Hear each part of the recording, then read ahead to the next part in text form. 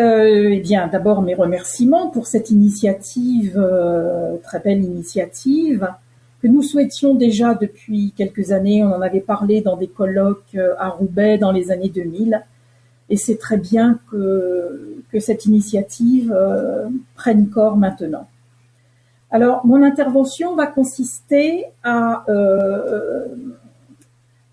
de la part de quelqu'un à l'intérieur de la Maison Archives de France, et donc porter témoignage sur les héritages de Bertrand Gille, à la fois dans sa pratique archivistique et les répercussions dans la vie de l'institution. Alors, un rappel quand même historique qui a son importance. Quand Gille prend ses fonctions en 1949, pour fonder complètement ce pôle archivistique qui n'existait pas réellement en tant que tel, il faut rappeler que la France enregistre un certain retard sur ses collègues européens, notamment les pays scandinaves, les anglo-saxons, les Allemands, bien sûr, qui avaient archivé de très longue date des grands fonds d'entreprise, en retard aussi sur les USA et sur quelques autres pays. Donc Bertrand Gille prend vraiment les choses en main de manière importante et sur des plans pluriels, sur plusieurs plans. En ce qui me concerne, je vais être un peu obligée de parler de moi puisque c'est un témoignage, le moins possible, j'espère. Moi, j'ai un cheminement croisé dans les archives de France sur à peu près 43 années. Et le bon hasard a fait que j'ai toujours été dédiée aux sources économiques et sociales. Pour être tout à fait clair, donc je vais procéder par étapes chronologiques entre 69 et 2011. 69, à peu près 10 années après le départ de Bertrand Gille du site historique parisien, et cela m'amènera à poser quelques constats.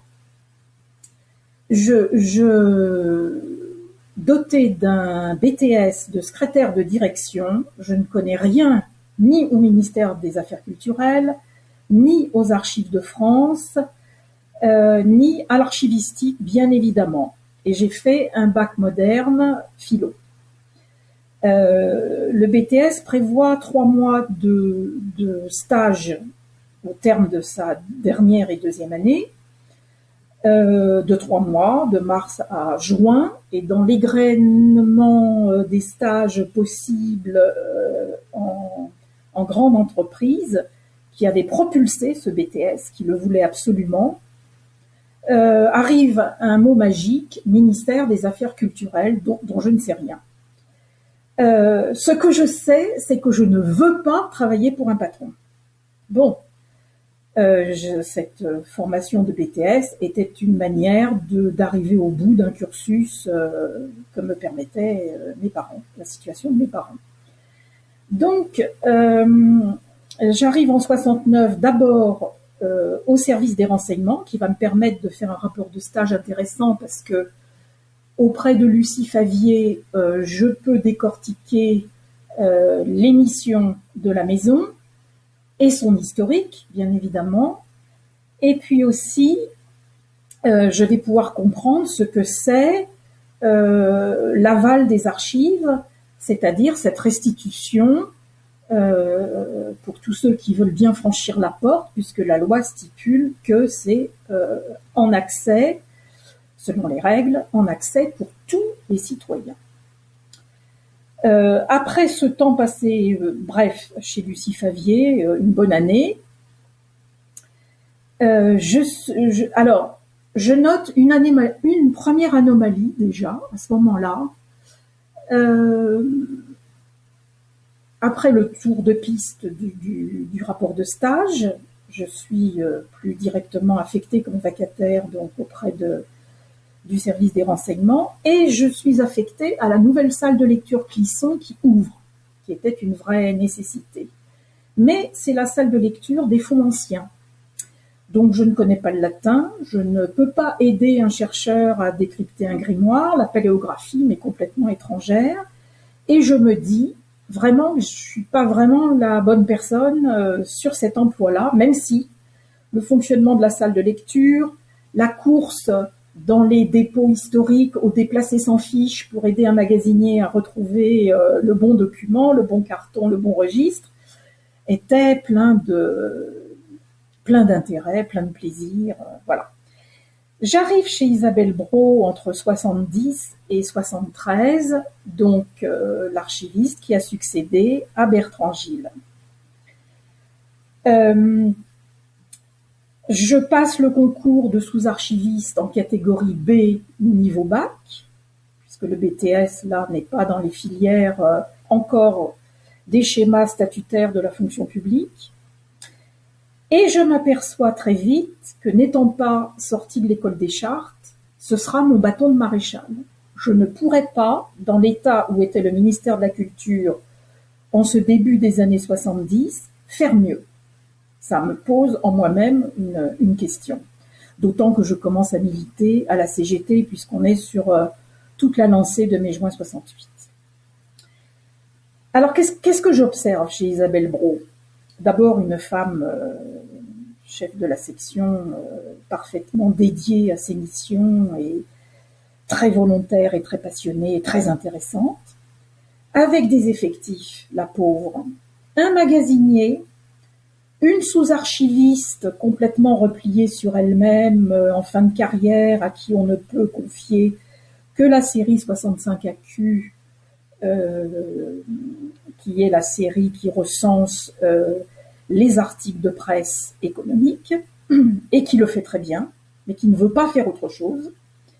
Moi qui arrive chez Isabelle Brault, un peu pour elle, en tout cas de manière inespérée, et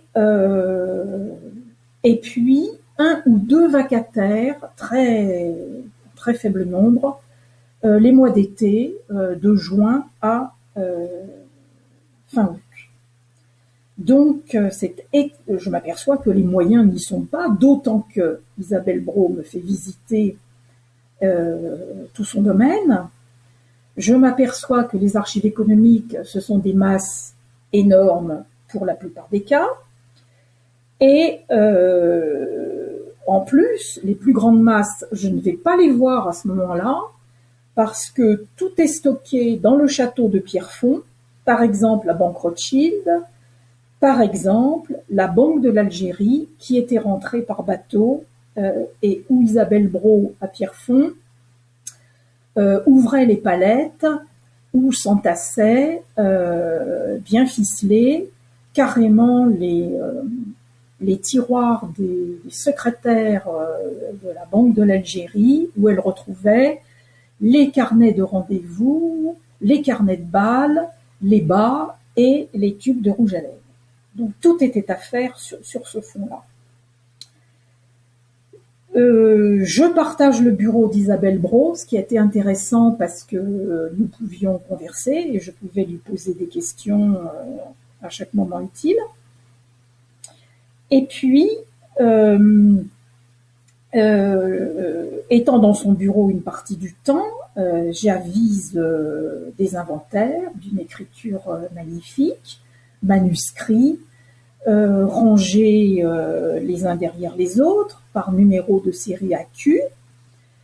Et je me dis, c'est bizarre, quand j'étais chez Lucie Favier et que j'investiguais dans la salle des inventaires pour voir un petit peu cette organisation de la maison, je n'ai jamais vu ces inventaires AQ. Donc j'en parle avec Isabelle Brault qui me dit, ce sont les inventaires de Bertrand Gilles, mais nous n'avons pas de dactylo pour les taper. Oh là là. Là, constat encore négatif, je suis désolée de faire des constats négatifs, mais ils étaient là, sous les yeux, et je lui explique qu'étant secrétaire de direction, il ne me ferait rien de passer un moment de la journée, de chaque journée, à taper des inventaires sur les machines mécaniques avec 5 carbones et des doubles qu'il fallait gommer quand on avait fait une faute, les uns après les autres, avec des caches. Et donc, je me mets à taper cette série AQ qui va, à mon grand plaisir, aboutir sur les travées de la salle des inventaires, et tout le monde me félicite, Bernard Mailleux, Lucie Favier, tous sur le quadrilatère, quelque chose de simple, mais un moyen qui n'était pas donné à la section des archives d'entreprise. Lucie Favier me confie donc la poursuite du classement de l'inventaire 3AQ Briancio, la banque, dont on sait que c'est aussi la première société de commerce, entreprise de commerce, d'assurance, en France. Et dernier point où je vois combien c'est difficile, faute de moyens, de travailler dans ce secteur, comme dans d'autres d'ailleurs, des archives de France, y compris archives départementales. Je vois apparaître Jean Bouvier, le grand historien, dont je savais qui il était, qui arrive dans le bureau un jour un de ces moments où j'étais en compagnonnage d'Isabelle Brault dans les mêmes murs, et Jean Bouvier demande à voir la banque de l'Algérie. Et sachant que c'est inaccessible parce que rien n'a été, même pas le plus petit pré-inventaire, Isabelle Brault faisait des sondages dans les palettes, mais il n'y avait rien de constitué pour un chercheur, et donc on ne connaissait pas bien les délais de communicabilité. Elle lui refuse, je pense, une fois de plus le fond, et il s'ensuit une algarade qui m'a fait prendre la porte et repartir dans le dépôt pour laisser Isabelle Brault, évidemment, devant cette colère. Et là, je comprends que ça ne va pas. L'institution est sous-dotée en moyens divers, en place, en sténodactylo, en commis, en magasinier. Je vois que les archives privées, économiques et sociales posent des problèmes juridiques qui ne sont pas résolus, et qu'on a des gisements considérables dispersés dans toute la France.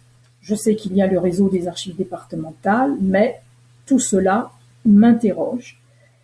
Ce que je remarque sur les inventaires de Bertrand Gilles, c'est qu'il a une balance entre les présentations synthétiques suivies d'analyses détaillées quand cela vaut la peine, ce qui fait que quand on lit ces inventaires, on a vraiment envie d'aller plonger dans le carton ou dans le registre, parce que c'est directement explicite, et je vois que ça correspond à la loi sur les archives.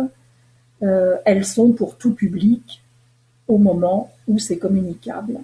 Et puis je vois son état des fonds, son petit tome 1 gris, célèbre, et je vois qu'il n'hésite pas à mettre sur ce guide ces fonds non classés, à signaler, à risquer peut-être une algarade de Jean Bouvier ou d'autres universitaires, et il n'hésite pas non plus à mettre les fonds encore non communicables.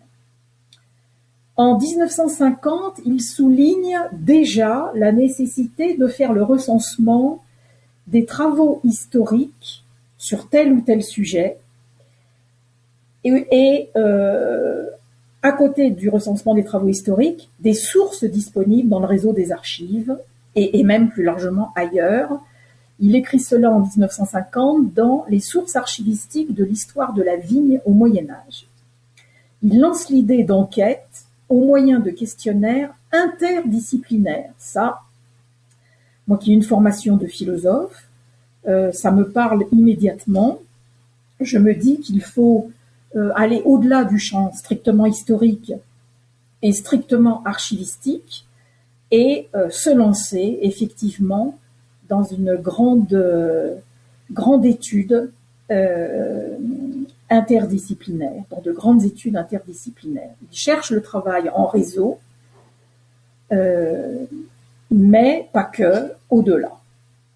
Cela d'ailleurs me fait penser à ce moment-là à la commission Jaurès, que Jean Jaurès avait réclamé alors qu'il était député sur les bancs de l'Assemblée en 1906. Il avait remarqué que les études économiques de la Révolution française n'étaient pas faites.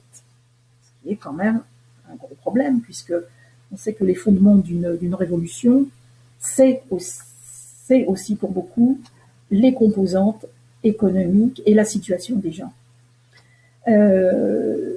Donc voilà, je trouve qu'on est dans le droit fil de ce que Jaurès avait fait jusqu'à son assassinat et qui a fonctionné jusque sous Mitterrand et même un petit peu après, quand un ministre a décidé de la rayer d'un trait de plume, le ministre qui parlait de l'enseignement mammouth.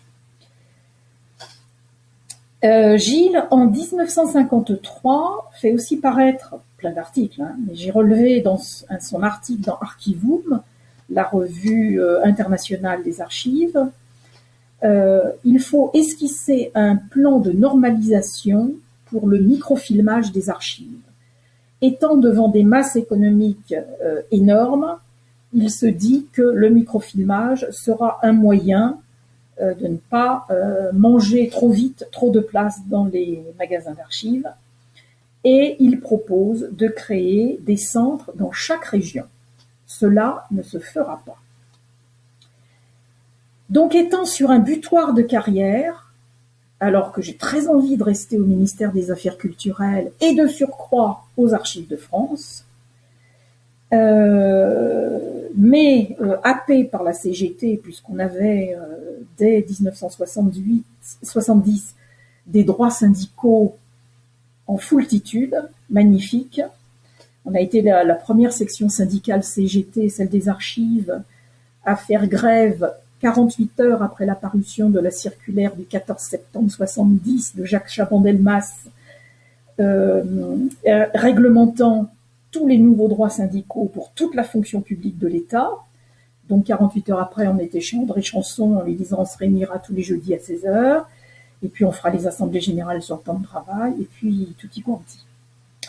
Donc le contexte est très favorable pour nous, syndicalistes. Donc je pars dans le mouvement syndical des affaires culturelles. Mais c'était aussi très favorable pour l'administration, parce que 10 ans après la création par Malraux en 59 du ministère, le ministère n'est pas construit encore. Il agrège des quantités d'institutions prestigieuses, Versailles, la manufacture de Sèvres, les Gobelins, etc., j'en passe, le Louvre, les archives nationales, etc. Mais il n'y a pas de grande administration centrale constituée. Quand Malraux a demandé du personnel au général de Gaulle lui a réfléchi, a dit écoutez, cher ami, je ne vois qu'une chose dans l'immédiat, c'est d'affecter chez vous, pour construire votre administration, les administrateurs civils rapatriés des colonies. Bon. Donc ça a été fait comme ça d'ailleurs, et c'était des personnes d'une énergie débordante vraiment, et très intéressées à ce qu'ils faisaient. Donc je suis dans l'administration, dans le mouvement syndical, et donc de 72 à 85. Là, nous décidons, dans ce contexte favorable avec l'administration qui nous écoute, de construire ensemble des grandes familles statutaires. Et pour revenir aux Archives de France, de concert avec la FEN, qui était le second grosse centrale syndicale à côté de nous, au ministère des Affaires culturelles, nous mettons au point 3 statuts qui vont être interdirectionnels, qui décloisonnent la vie administrative des personnels, enfin, et nous allons créer les secrétaires de documentation catégorie B-BAC, qui remplacent aux archives les sous-archivistes, appellation, bon, vous voyez. On crée les documentalistes catégorie A, et on crée les chargés d'études documentaires catégorie A+, avec des indices très intéressants pour tout le monde. en particulier les chargés d'études documentaires, puisque ceux-ci vont se retrouver avec des indices qui vont dépasser le statut en vigueur alors de la conservation. Stupeur dans les rangs. Alors c'était bien, parce que c'était une explicitation parfaite de l'utilité de ce que peut être un mouvement syndical, n'est-ce pas? Et on ne nous a pas vraiment remercié, la FEN et la CGT, hein, mais il faut dire que c'est cette initiative sur les chargés d'études documentaires, on n'a pas voulu se laisser refiler par la fonction publique le tout nouveau DUG qui venait d'arriver, hein, pour les documentalistes. Donc on est resté au maximum de ce qu'on pouvait faire. Mais ce faisant, eh bien, on a préparé l'appel du pied pour réformer aussi le statut de la conservation, bien évidemment. Voilà la démonstration. La conservation va être rénovée aussi statutairement dans la foulée. Donc pour nous, la rénovation statutaire devait provoquer un afflux de personnel dans les rangs, que ce soit les archives de France ou d'autres directions, les monuments, les fouilles et antiquités, les musées, etc., j'en passe. En 1978, comme j'ai 8 ans d'ancienneté, le temps passe, et que j'ai le niveau, je suis intégrée comme documentaliste, donc le corps intermédiaire. En 78, je dois dire qu'en même temps que mon temps syndical, je fais des études de philo à Nanterre, puisque je demeure à cette époque-là à Courbevoie. Nous voulions donc bien sortir les archives de France de leur sous-dotation permanente et surtout des cloisonnements professionnels qui ne donnaient pas aux gens une envie de rester, d'une part, et de se dire qu'ils pouvaient déployer leurs capacités dans un domaine qu'ils aimaient. Et il n'y avait aucune raison de pénaliser les non-chartistes parce qu'on n'avait pas fait l'école des chartes. Ça, c'était une évidence pour nous tous. Alors, nous faisons de même pour les autres statuts, j'en ai parlé.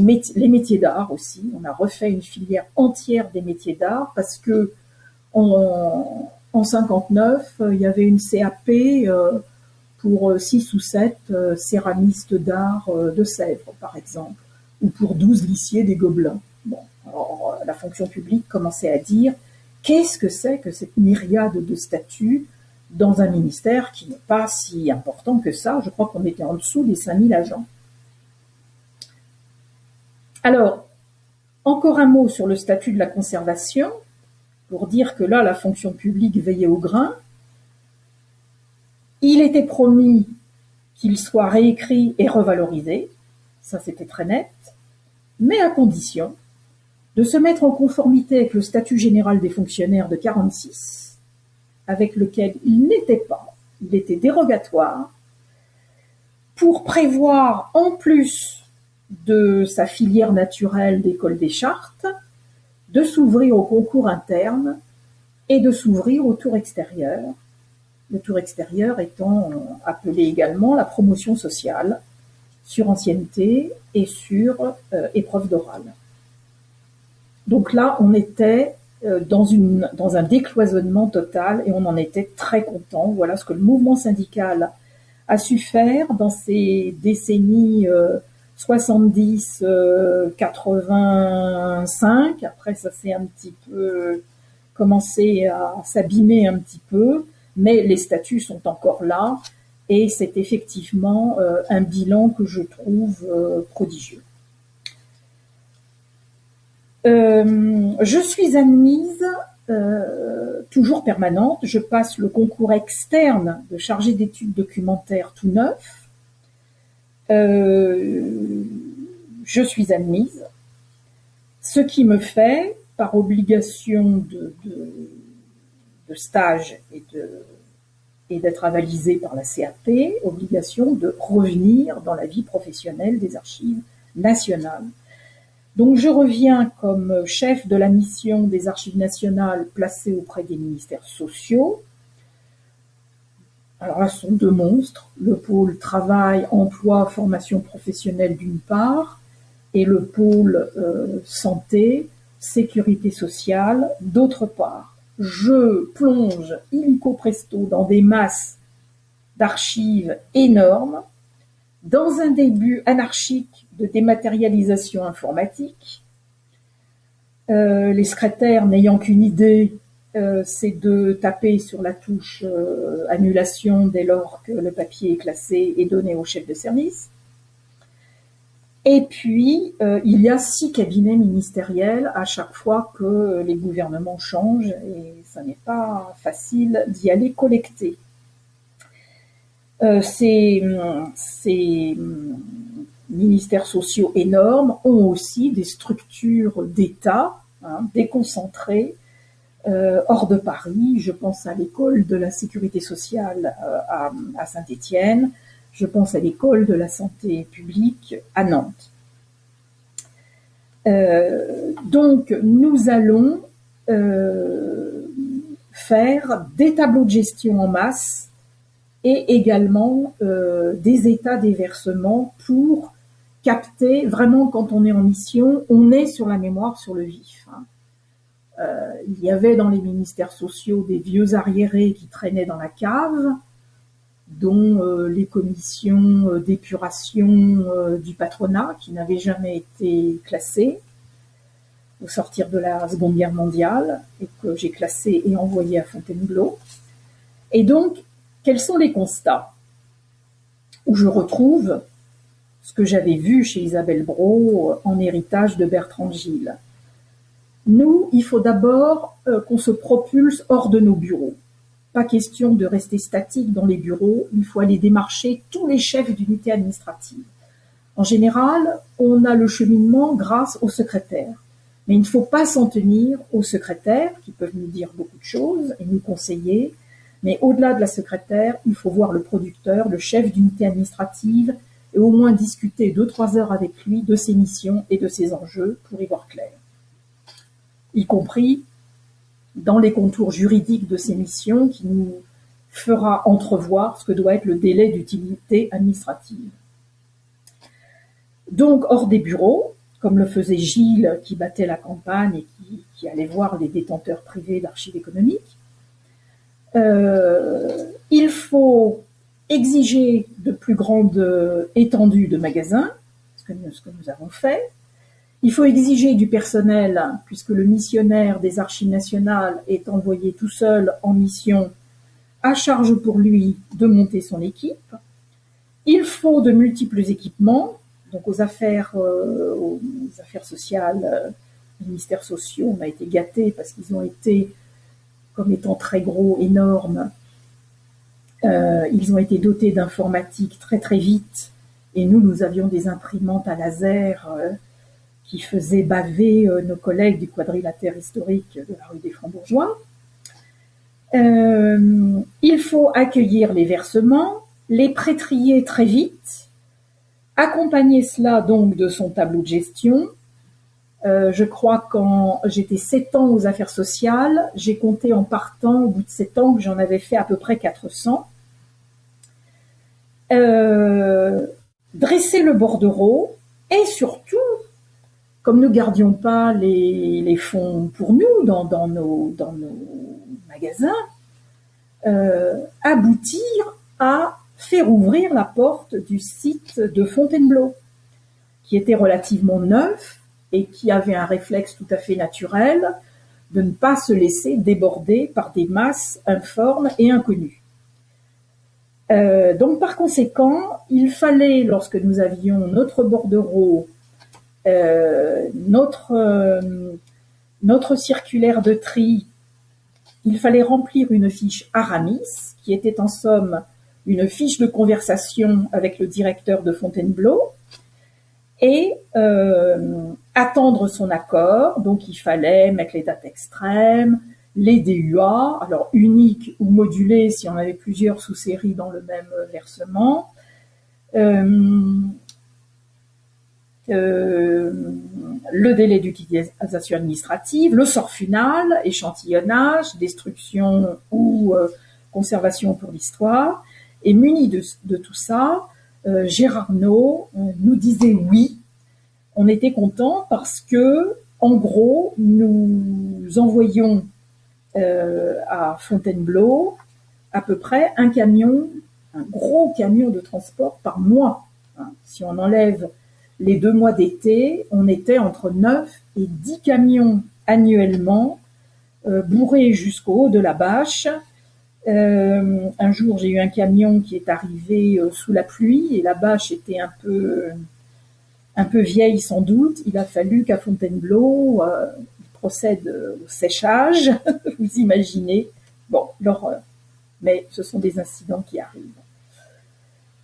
Voilà l'expérience du contact avec les producteurs d'archives. Alors c'est passionnant parce qu'on va rencontrer des médecins, des pharmaciens, des inspecteurs du travail, des directeurs d'administration centrale, dont beaucoup encore dans cette période-là étaient pour beaucoup des anciens de 45 et après.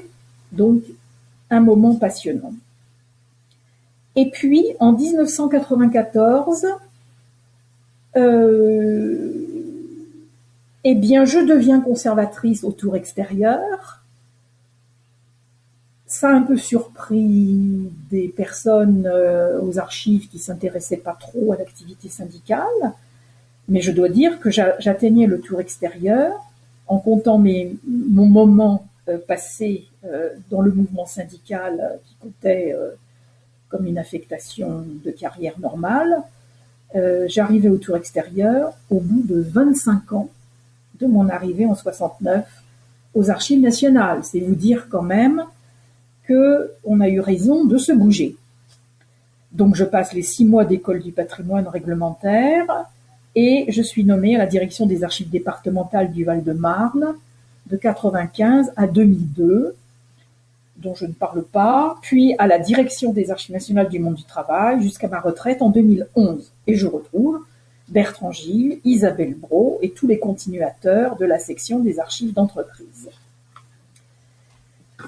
Ce que je note, c'est que Gilles avait emmagasiné du travail suffisamment pour notre équipe des années 2002 et suivantes, Isabelle Brault aussi d'ailleurs, et que ça n'était pas très rassurant de se dire qu'un tel laps de temps se passait entre la collecte, la rédaction des contrats, je revenais là sur des archives privées, et le travail final du dépôt de l'inventaire à la disposition des chercheurs en salle de lecture et sur informatique dans les réseaux. Donc je vous cite quelques exemples d'achèvement d'anciens chantiers à Roubaix, mais qui me concernaient moi. Je n'évoque pas les chantiers qu'on a terminés et que l'équipe a terminés plus largement. Donc, il y avait à finir la Banque Rothschild. La Banque Rothschild, eh bien, c'est 60 années de classement. Alors, pris, repris, laissé, mais quand même, je dois dire que la Banque Rothschild, qui voulait voir arriver ce travail, nous donnait, chez Isabelle Brault à l'époque, ça a dû se poursuivre avec les continuateurs d'Isabelle, nous finançait des vacataires d'été quand même, pour avancer et pour nous pulser. Donc 60 années, et puis nous avons eu le bonheur de tenir le colloque international avec le représentant de la famille, avec le service londonien d'archives Rothschild, et puis Éric de Rothschild qui a été un participant et tout à fait amical et intéressant. Je voulais, puisque je savais que Roubaix serait mon dernier poste, faire l'inventaire détaillé final de la banque assurance Charles Briancio, avec ce souci d'y réintégrer 2 cartons de vol qui étaient dans mon bureau, vol qui s'était produit dans l'ancienne salle de lecture Soubise du Quadrilatère rue des Francs-Bourgeois, et que nous avions pu récupérer de ci, de là, et puis surtout des vols dans un processus plus juridique, puisqu'il y a eu une instance en justice, de vol toujours dans la salle du Caran probablement, la nouvelle salle du site parisien, mais aussi des vols dans la salle de lecture de Roubaix, qui nous a fait revoir complètement d'ailleurs le règlement intérieur de la salle de lecture, et avec restitution, avec l'aide précieuse des archives royales de Belgique, puisque les voleurs sur le site roubaisien n'avaient que la frontière à passer pour aller proposer dans les ventes d'autographes et foires aux livres, avaient une solution toute facile de l'autre côté pour écouler leur larcin. Nous avons fait une expo Briancio, puisque ce fonds est absolument magique, avec le responsable du master de Lille 3. Et puis, malheureusement, moi, je n'ai pas pu avoir le loisir de réaliser un catalogue d'exposition qui aurait été mérité. Mais c'était un gros travail et le temps avait passé.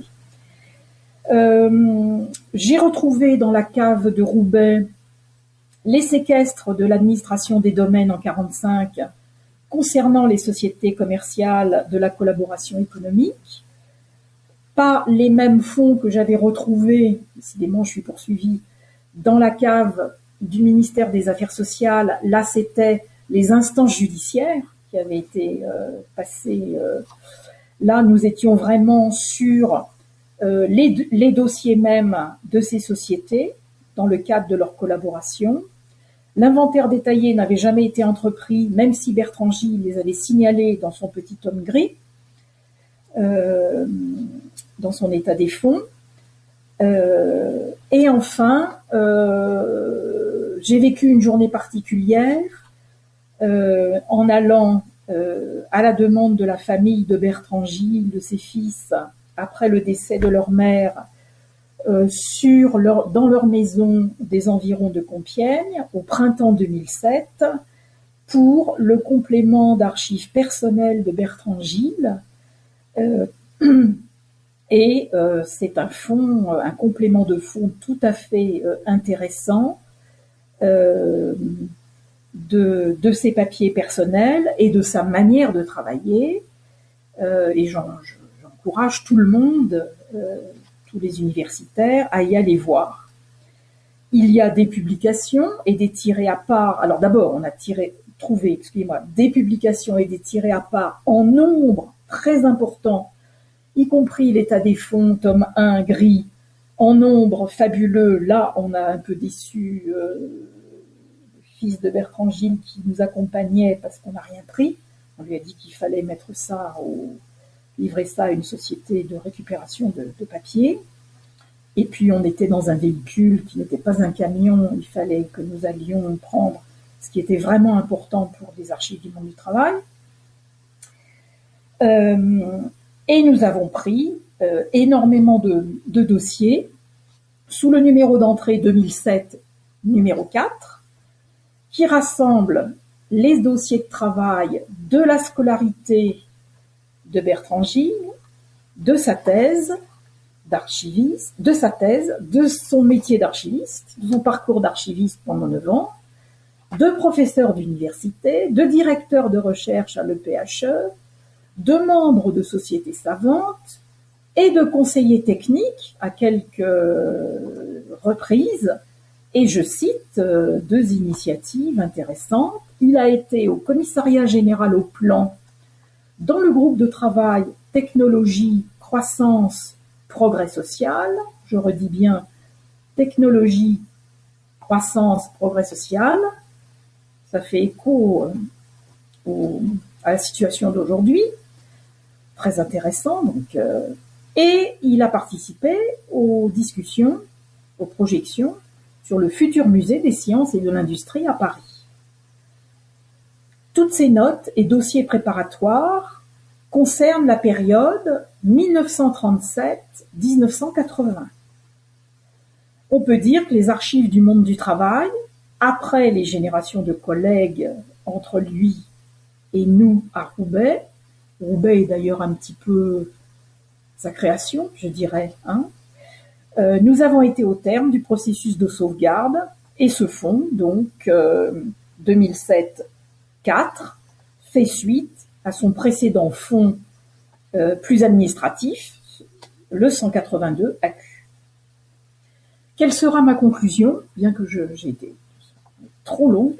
La conclusion: les moyens des services en archives sont toujours très en deçà des obligations de la loi, d'une part, et des ambitions des archivistes, d'autre part, dans tous les domaines, les locaux, les équipements, les finances et les équipes.